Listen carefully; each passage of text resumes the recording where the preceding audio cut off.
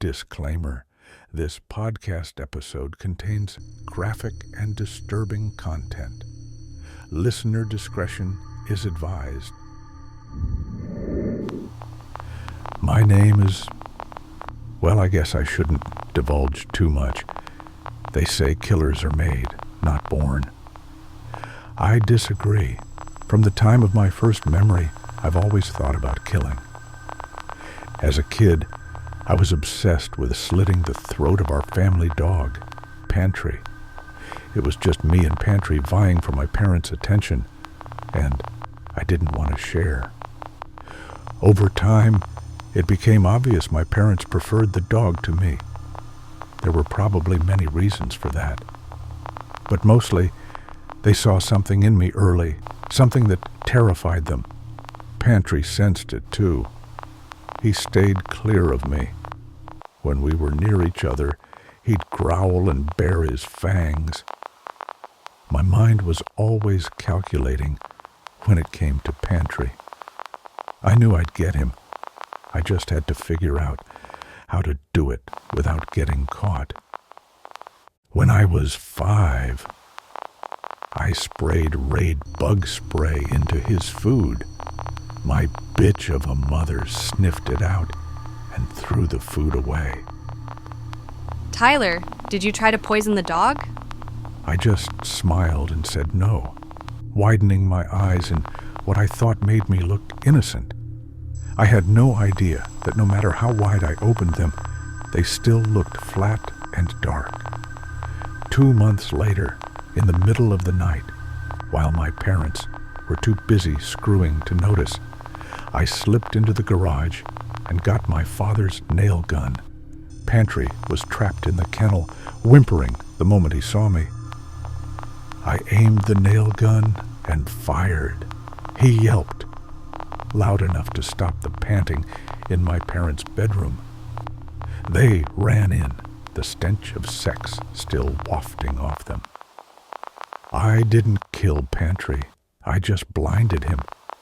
In my hurry to get back to bed, I dropped the nail gun. Evidence left at the scene. There was no denying it anymore.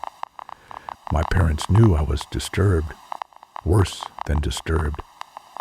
And Pantry became even more protected than before. They kept him in their room and locked me in mine.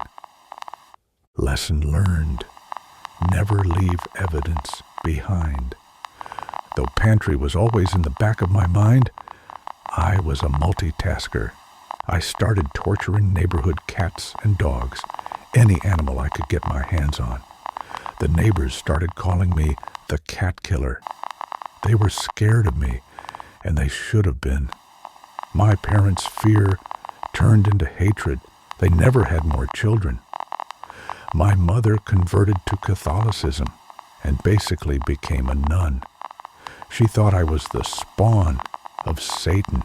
She wasn't wrong. It took 10 years, but I finally got Pantry. I drowned the old mutt in the family pool. My father believed it was just an accident. The dog was old, but my mother knew. They found her earrings at the bottom of the pool when they drained it. She never wore those earrings. They were mine. I'd taken them to leave behind, to send her a message. She'd study me constantly after that, stare at me, and I would just smile. She knew that I knew that she knew what I was, and that made her very unsafe. She went missing a year later. Her car was found abandoned, smeared with blood. Her body was never recovered, but I've always known where she is. My father died 3 months later, ruled a suicide. It wasn't. I was free.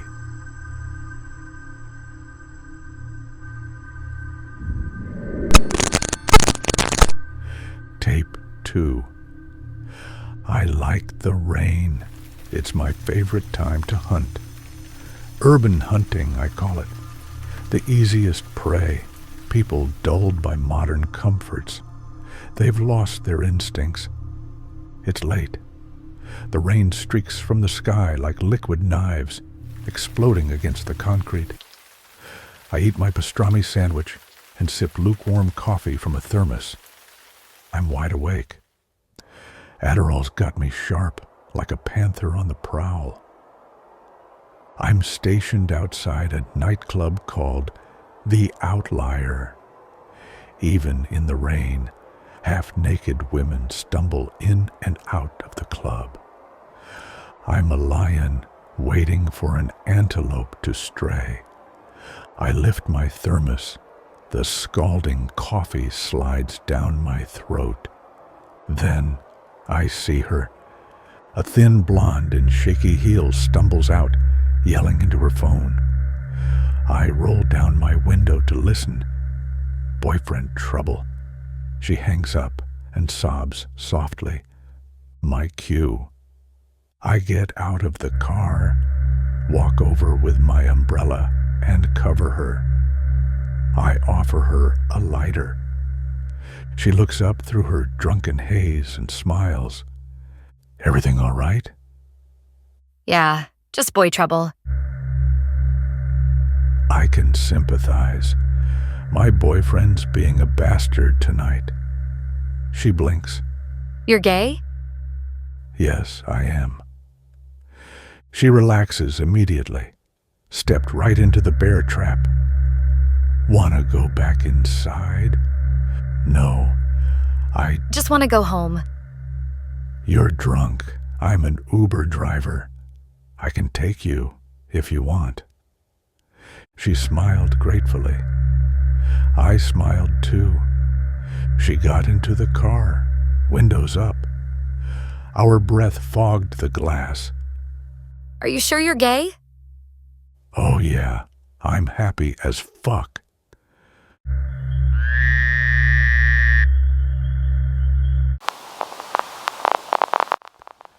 Her name was Amber Broski.